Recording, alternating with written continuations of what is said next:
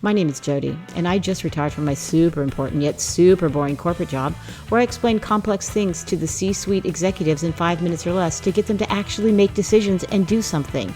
I will now take these corporate superpowers and do deep dives into current events and help to answer the obvious questions. And this is my podcast. Hello, fellow truth seekers. I have been asked to discuss DE&I and the pitfalls to actually implement this in a corporation, and I wanted to take a moment to talk about the inclusion pillar and why it is actually the least effective, and how the issues with inclusion make DE&I almost impossible to implement. So the obvious question is, why is DE&I a failure, and why the different generations and the advent of social media make it close to impossible to create an inclusive corporate environment? In case you haven't listened to my other podcasts, I've been involved in DE&I for 2+ years.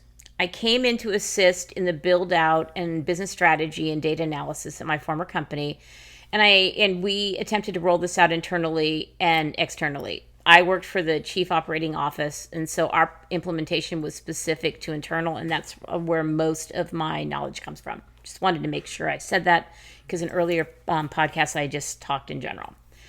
What I found really interesting is that you could almost define the different groups less around race and ethnicity and more around generations, and how they embrace or don't embrace DE&I was a key factor. So let's talk about the generations in general. First, we have the baby boomers. They tend to look at work as the typical 9-to-5 job. You will see them stay with companies longer, and they also love structure.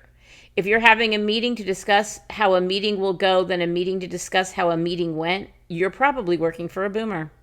They also are the first to flock back in the office and buy into that farce that we're more productive sitting in the office on Zoom calls versus sitting at home on a Zoom call. They take copious notes and assume what they say goes. Then we have the feral generation, Generation X. I am a Generation X, and I will admit that we pretty much raised ourselves.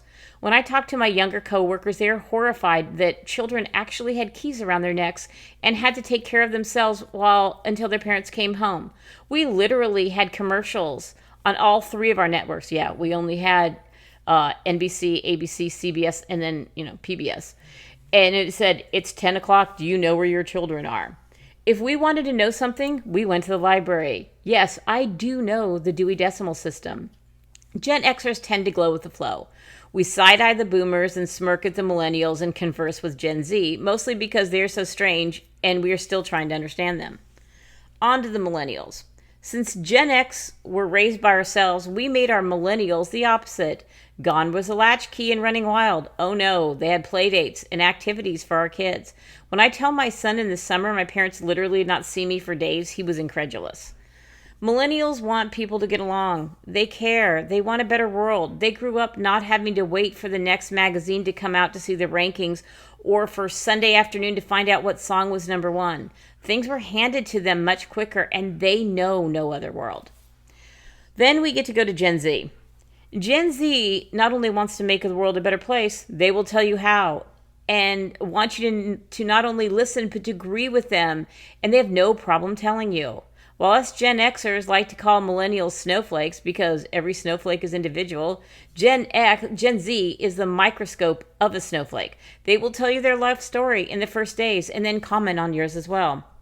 So can you figure out why some of this causes issues?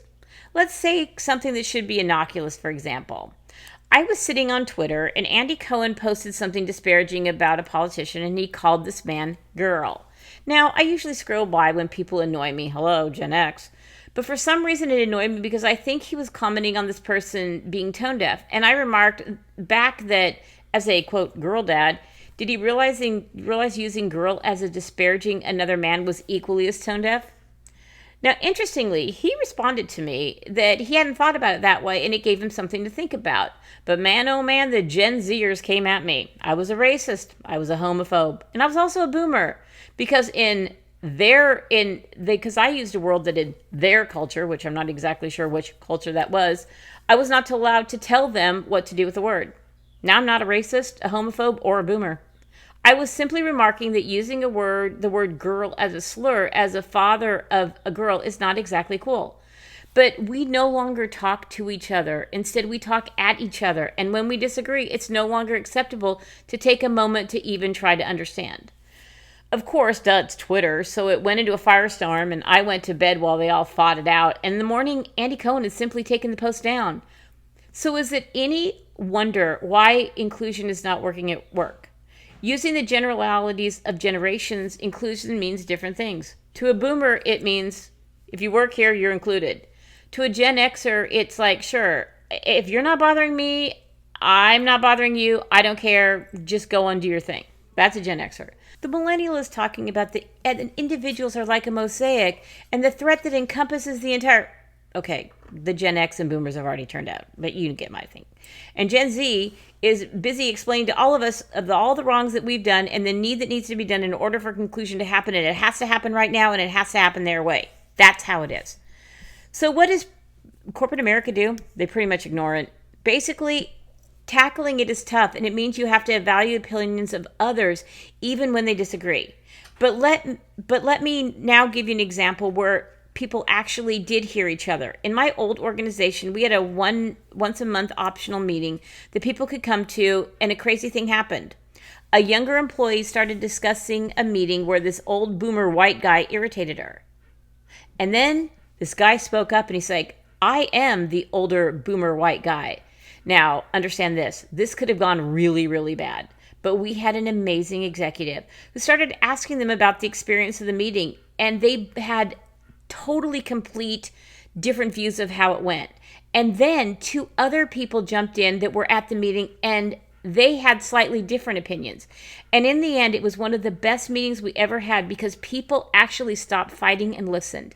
And they listened because our leader created a place and an opportunity to give opinions without retribution. And the shields came down, and in the end, the two original combatants actually heard each other. But to do this, it can't just be talking. You have to invest time and effort. And you not only have to hear, but you have to be willing to make changes, and that's the hard part. You have to invest and value in your employees. All of them, even the ones on the fringes, they have to be able to talk.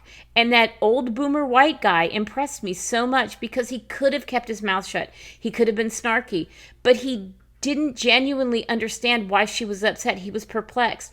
And the younger gal could have doubled down, but she also listened and realized his perspective. And then they both listened to what the spectators heard. Now, I'm not going to say at the end they all lived happily ever after, but it was empowering to see how people could all view the same event differently and come together.